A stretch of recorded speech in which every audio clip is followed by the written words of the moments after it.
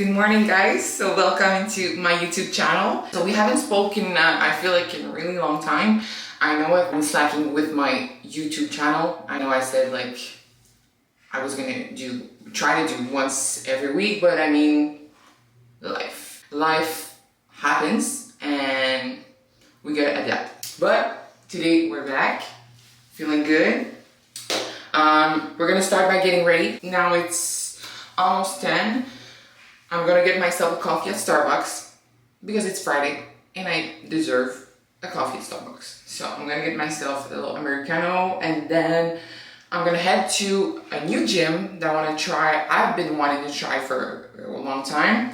I'm not gonna subscribe there or anything. I just need like a little change of scenery. Sometimes that's what happens like with me. I just feel like just need to try out new machines just to find a boost of motivation, because motivation isn't always there. You're disciplined, you're committed, but you're not always motivated, and that's part of the deal. Everyone goes through these phases, and for me, the way to find this like boost of motivation to like keep going is just to try out a new gym. I've been doing this for many years and it always works, so we're gonna try that. Yeah, so I'm looking forward to training shoulders, because yes, it is shoulders today. So we're gonna train shoulders at the new gym. I can't wait to have a good pump. So now I'm gonna get ready. And as I'm getting ready, I know you guys asked like many questions on my Q&A last week. So I'm gonna answer some of those questions. And if I'm not done, I'll keep answering throughout the day. Okay, so I think I'm gonna go like, I think I'm gonna start like slowly and then get into the crunchy business. So, first question. How's Alex? I really appreciate that you guys are concerned about Alex, his well-being, his health. Honestly, all the support that we're getting since we started sharing with you, it's overwhelming, but in a really good way. I mean, we're having so much love, and I really appreciate each and every one of you for all your kind words or kind messages. I get them all the time, and I really appreciate it. I just wanted to let you guys know. So for Alex, he just had his fourth treatment yesterday of chemotherapy. He's, okay, I'm not going to be able to get ready and answer the questions, but I'm going to do my best, okay? I'm so bad at doing two things at the same time. You guys saw me last time with the microwave and my oatmeal. I mean, I can't cook something else while cooking oatmeals or fucking pouring myself a cup of coffee, or else there's going to be a mess. But what? Today it's happening. We're getting ready and I'm answering questions. So, coming back to Alex, he's been great. Like I said, his treatment yesterday went well. He's just honestly very, very tired. He doesn't have energy to do much. That's the hardest part of it. I mean, and he's very, very nauseous all the time.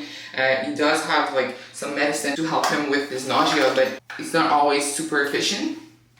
So, and he doesn't always want to take drugs to help him. Sometimes he just want to wait and see, and sometimes it's just too late. So yeah, so that's for Alex. You guys just saw that he shaved his hair because the thing is, he started losing a lot of his hair. A lot of it was accumulating everywhere on the floor, in the shower drain. So at one point he was like, you know what, fuck it, we're just gonna shave it off. And honestly, for Alex, he's not really concerned about these things. I mean, it affects me much more than it affects him, because I feel like it's more concrete. Yes, you have cancer, yes, you're doing chemotherapy, but once you see the hair coming off, it's hard. I'm not gonna lie, it's really hard. So that's for Alex. Next question. Is there any travel plans? Yes, there is actually. Obviously, Alex cannot travel normally because he doesn't have insurance. When you have a complex extreme disease like this, you cannot get assured while you're traveling, so we don't want to go too far or anything, because if something happens, we want to be able to come back and just have the medical care nearby. So actually, we are going to Florida next weekend for a very special event. I'll keep you guys posted on that. I don't want to share it now because it is very special to us. It was really out of the blue and it's still a pinch me moment. Seriously, we're still like wondering if all of this is real, but I'll keep you guys posted on our next trip. But that's it for the rest of the year. I mean, we're gonna take it slow. Alex still has like a good 5 months of treatment, so we're not going anywhere. And then even afterwards, he's gonna be really, really tired. His immune system is still gonna be down, so we don't want to take any chances to him getting any infection or getting sick. So that's for the travel plans. So just gonna push a bit of this, another one. Okay, and that's it. I'm gonna keep answering questions. I'm sorry guys, I only answered 2 questions, but time is running late and we gotta get shit done. Let's go.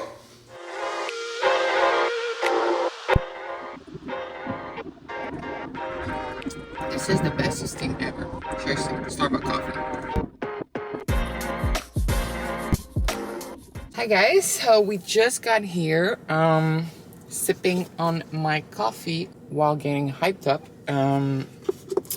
Don't you guys are like me? I feel like every time I'm about to try a new gym, I have like this little chills. Like, I don't know, it's just not, I would say nervous, but like a little excitement every time. It's like a new playground. It's like when you're a kid and you're just like a new playground. Anyways, I had to share with you because that's how I feel right now. I'm like all excited because I don't really know how the gym looks like. I heard many great things, but I don't know. Just the little things, you know, like things that make you happy and like brings you joy. For me, it's trying out a new gym. What do you want me to say? So let's try this. Let's go.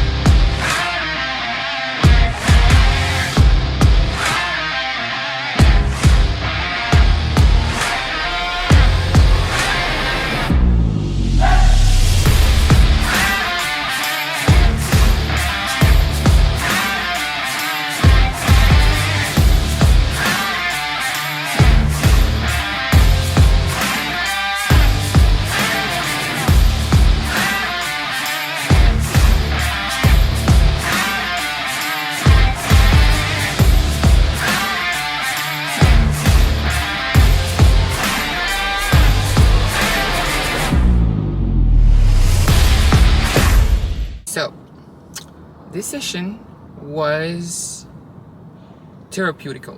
Seriously, that's like just the right word. I haven't had a good shoulder workout like this one in a long time, let me tell you.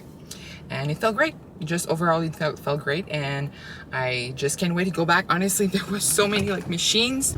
Oh my gosh, I had so much fun. So yeah, so now I'm gonna head home, go grab a meal because I haven't ate in, oh my god, what time is it? It's 1. Oh my gosh, I haven't ate in like 5 hours.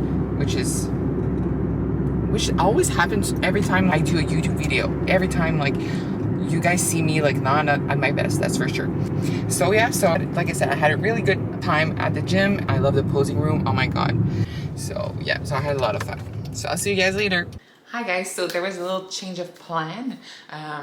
As soon as I got home, I just wanted to do the grocery, so I grabbed my meal and we went to the grocery. I was eating in the car while getting there. I forgot to bring my camera with me. I'm so sorry guys, I should have filmed something, but I don't have anything for you. But I will keep answering the question because there are some things I have to tell you guys because something has changed in the past week and I think it's time to share it with you. So let's get down to the questions. For next question, so how to manage relationship during prep? Honestly, I'm not gonna say it's easy to like be in prep and in a relationship, especially like, let's say for me and Alex last year, we were in prep at the same time and we were together for probably like 2 months before we started prep. So it was very, very new and we didn't really know like each other in this mindset. I mean, in the prep mindset, because we all know that like someone in off season, someone in prep is completely different. Like they think differently, they act differently, and that's normal because you're like hungry, you're fat, tired and everything. But what's the most important thing is communication. And I know we keep repeating, I know we keep like saying all the same stuff, like communication, but I feel like it's so important, and it's just important to share how you feel, share what you want, what you need, in order for them to like be able to adapt, because it is so important for them to know how to act around you. I mean, I'm not saying you need to walk on eggshells, but all I'm saying is, let's say one day you feel tired, you feel hungry, you feel like you don't have like the energy to be there for the other person, you don't have the energy to like just discuss or anything, because at some point you're just so much in your bubble, you're so much in your head that you just don't want to talk, you just want to eat, do your things, check your boxes, and then just go to bed. And these days comes and goes, but I mean, you need to share it with the other person because they don't always know like your mood, they can't like detect how you feel or anything. Even if you've been together for 10 years, it's hard to be with someone like who's in prep. It's so hard because it is such a selfish sport. But I think that if you share your everyday mood, then I don't know why like it wouldn't work. And also the other person needs to understand that like you're gonna prioritize your training, you're gonna prioritize your meal prep, you're gonna prioritize everything that's around your preparation for your bodybuilding show, because that's your main concern at the moment. And this person needs to understand that this is your passion, this is you're pouring your heart into this, you're pouring your heart into your training, your cardio. So you want the support, because I feel like if you don't have this support, it's probably gonna affect your own prep. So the other person needs to like understand that you're 100% in this, and this person doesn't need to feel the burden of the prep, but definitely need to support you because it is your passion, it is what you live for, and you shouldn't like have to repress your feelings or repress anything that makes you happy for someone else. That's what I believe. But all I'm saying is that you guys need to communicate, you guys need to talk about your feelings, talk about your moods, and just be able to find a common ground. That's all. So that's for the relationship part. So next question, someone asking me if I ever cheated during a prep. No, I never cheated during a prep. To be completely honest, my first prep, which was 7 years ago, I didn't even cheat for 20 weeks, meaning 5 months. And that was my baseline. I don't want to cheat. No, I don't have any feelings of cheating, because I feel like the 5 seconds of pleasure, that 5 seconds of excess of dopamine is not worth my whole prep. I mean, I work hard for this. I do everything. I dot all the I's, I cross all the T's. Like, I'm a real robot when it comes to prep, and I feel like if I would eat, it would just break the whole chain. And the day that would step on stage, seriously, you guys, I am telling you, I'm gonna think about that cookie or that bowl of ice cream probably for the whole time I'm on stage. I better stick to my chicken, to my sweet potatoes, my veggies, and that's it. And that's what makes me happy. And that's the thing in prep. You gotta find things that makes you happy, that brings you joy, not just being a robot. It needs to be something that you like doing. Like, I like my meals during prep, even though they're small. Everything's in the way that you see things. I don't know if you guys get me. In French, it's much simpler, but what I'm trying to say is every time I look at my meal, I'm not like, oh damn, this meal is freaking small. No. What I'm telling myself is I'm so lucky that I get to have food on my table every day. I get to eat 6 times a day, and this week is gonna be bigger than next week because I know that next week we're gonna have to dig deeper and it's gonna go even lower. So I have to be grateful for the meal that I'm eating right now, because the same day next week it's gonna be probably half the size or something like that. Just be positive. Don't like, you put yourself again in that situation. I'm coming back to this, but that's really what it is. You put yourself in those shoes and you're gonna live with it, and might as well have fun and might as well find the beauty in all these things, because it's gonna last a freaking long time. So that's it. That's the message I want to share with you. So that's the question for the cheat meals. I don't cheat. How do you keep up with routines with a busy schedule? Honestly, I feel like everyone's looking for a cheat code, a tip or a trick to just find ways, but you just gotta literally get up and do it. Like every Sunday, I just open my Google Agenda and I just put everything from the meal prep, from the cardio, from the training, from everything, like my posing, my vacuum. There's a schedule and I stick to it, and I know that if I stick to it, everything's gonna be okay. Like I have school, I have work, I have prep, I have taking care of Alex, I have a bunch of things to do, and you just gotta make time for it. You gotta prioritize everything that is important to you, and there's no way around it.